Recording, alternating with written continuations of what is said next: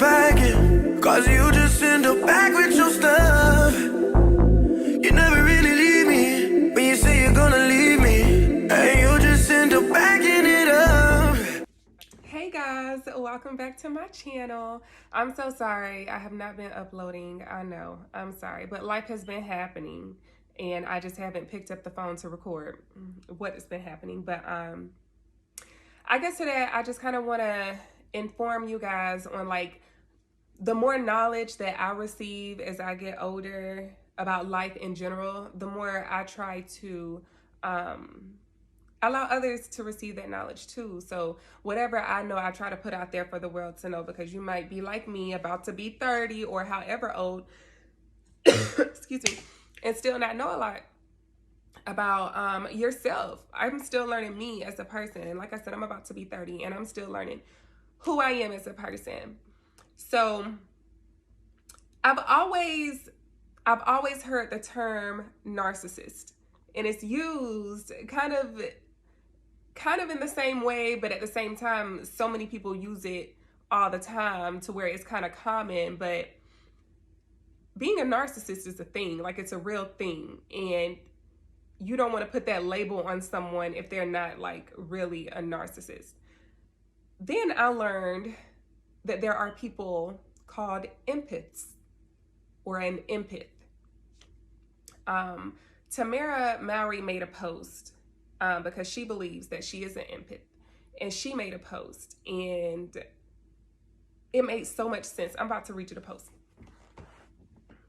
All right, so this is her post. I never knew what an empath was until I got older. Many times I was called too emotional, too kind, too loving. You need to be more aggressive, be real, stop being fake, they would say. I now understand that many still don't understand them/us. Empaths are people who feel more empathy than the average person. We are highly aware of our emotions and of those around us, sometimes taking them on as our own, always extending a helping hand to mend, encourage, or uplift. We also are highly intuitive. Sometimes I hate this gift. It actually hurts us not to care. It can be exhausting, but if harnessed, it can be your superpower. We love and we love hard, sometimes to the point of being used and taken advantage of. The downfall of being us, in a world rampant of wolves in sheep clothing, beware of the narcissist. They love us. I have finally accepted who I am, learned to love myself and set boundaries I need to thrive. So grateful for this God-given gift, and so grateful for my family and friends who continue to help me grow in this beautiful thing called life. Y'all, that hit home for me. It hit home for me. Do I think I'm an empath? I think I'm borderline. And the reason I say that is because and this can be any situation. It's not just one person. It's not just your spouse. It's not just your family. It's not just your friends. It can be everybody. So without going into too much detail, I had this friend who got in trouble and they ended up going to jail. Now, the reason they got in trouble, I was like, I'm not helping this person get out.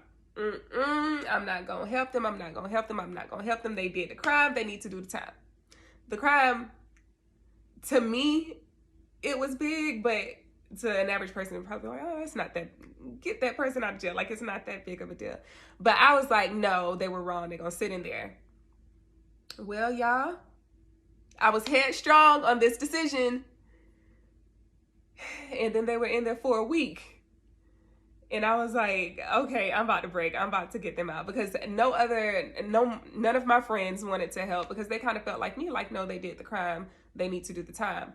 But it's kind of like when you care about somebody, you don't want to see them hurting. You don't want to see them in situations that they don't need to be in. So my biggest thing was, I know the person deep down in the court is a good person, and I just wanted to help them get out. So I was about to, but then we contacted one of their friends and more lies came out, and I was just like, okay, I'm not helping. And if I have the means to help and I don't help somebody, I start to feel selfish. Like, dang, I got it. I should help them. But at the same time, if I help them, I could put myself in a bad situation. For instance, if I were to help this person get out and I bonded them out, or I paid a bondsman, I think you put like 10% down and you paid them to be bonded out. If I would have done that and they didn't show up to court, then it would have been on me to pay the rest of whatever is owed. It wouldn't be on them. It would be on me because my name is on the line. I signed to get them out. And some people, they put up a collateral like their house or something that's paid off already to get them out. Well, if they don't do their part and they don't show up to court when they're supposed to, then I don't know what'll happen. I don't know if you'll lose your house or if it just won't be yours anymore. Like it's whoever you signed it over to. It's that party's. You put yourself in that situation because you care about people and you try to help other people, but it falls back on yourself if that person doesn't do what they're supposed to do. What Tamara said in her post was, if you are an empath, beware of the narcissist. Okay, so I don't know if you guys have seen on social media where there's been like this trend, this viral trend of this episode of Dr. Phil, and they're like, is this your man? Look up here on the screen. Is this your man? Well, I have been seeing it so much, and I wanted to see the original episode because I wanted to see who Dr. Phil was talking about, right? So I looked up the episode, and I didn't find it, but there was one that I thought was it, so I clicked on it, and it was Dr. Phil talking to this guy, and basically telling him, like, you're a narcissist. And like I said, I had been hearing this word, but I didn't really understand exactly what it was. I never really looked into it to understand. But he explained that a narcissist is someone who sees no wrong in what they're doing. They're always right. They see absolutely no wrong in what they're doing. And on the other side of that, they're okay with taking advantage of people, right? So if you're somebody who cares about someone and their emotions, an empath, kind of, and you have someone who's okay with taking advantage of you, you're going to be in a bad situation because you're never going to have the things in life that you deserve because you're continually helping other people. And I know for the longest I felt like, well, my blessings will come from helping others. And it's true, they will. But if you have a lot of bricks to build a house, but other people are continually coming to you asking for a brick and you keep giving it to them, you no longer have the bricks that you needed to build your house. So either you're going to have to build a smaller house or you're just not going to be able to build a house at all. You're not going to have the type of house that you initially wanted to because you're steady handing out bricks to help other people. I literally learned this about myself, y'all. I literally learned this month about myself, that that's the type of person I am. And in the beginning, I can be so strong. Like, I ain't helping. I'm sorry. I ain't got it. You know. But after some time goes on, I start feeling guilty. I do have it. Maybe I should help. Dang, I am being selfish.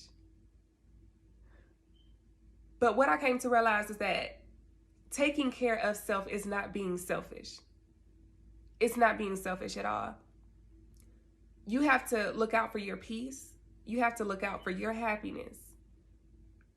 You have to take care of yourself. You come first. Nobody else. My kids, I love them, but I have to take care of myself in order to take care of my kids. I have to be happy in order for my kids to be happy. So sometimes, you know, a lot of people make the decisions to stay in relationships for the kids' sake. Oh, I'm going to stay married to this person because it's their dad and they need, you know, their dad around. Or if their dad is not anywhere in their lives and you meet somebody else and they've been a father to the kids, it's not going good, but you want to stay in that relationship for the kids because it's what they need. If you're not happy and they're seeing y'all fight, and I've said this before in my other video, if they're seeing you guys fight and they see something that's unstable that can mess them up worse than you leaving. What they need to see is stability and happiness and peace. No arguing all the time. No fighting all the time. Whatever, the way that you mold a child is by showing them. You don't have to tell them all the time. Telling is good, but when they see you do stuff, it's learned through actions. So, like I said, you have to take care of yourself. Taking care of yourself is not being selfish at all. And I just learned that. This month. Because I would feel so bad. Oh, this person needs this person needs that. And I would care so much about other people, but then it would put me in a bind. I could be so much further along in life. It's like you're handcuffed. When you have that much empathy towards someone, you're handcuffed. But it's going to be hard to shake because that's who you are as a person. But understand, you're going to be used. You're going to be taken advantage of a lot. That's just what it is. Unless you start saying no.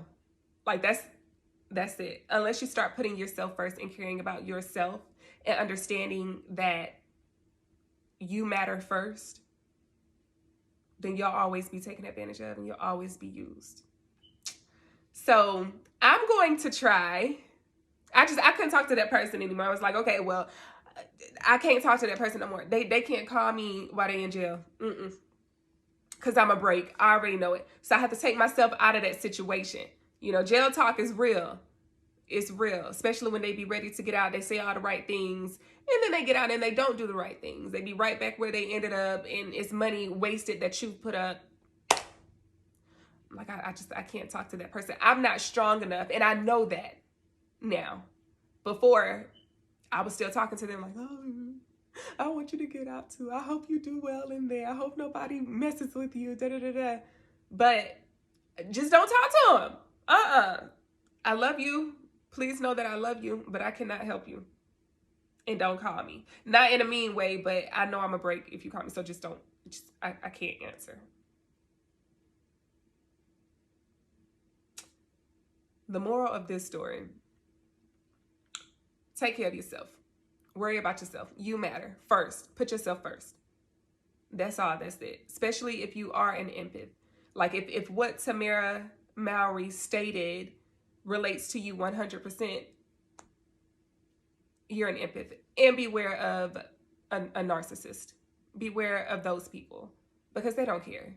They do not care. At the end of the day, they only care about themselves. Only themselves. See nothing wrong with what they do. Nothing at all. That's all. That's it. And hopefully I have an update about my friend's situation.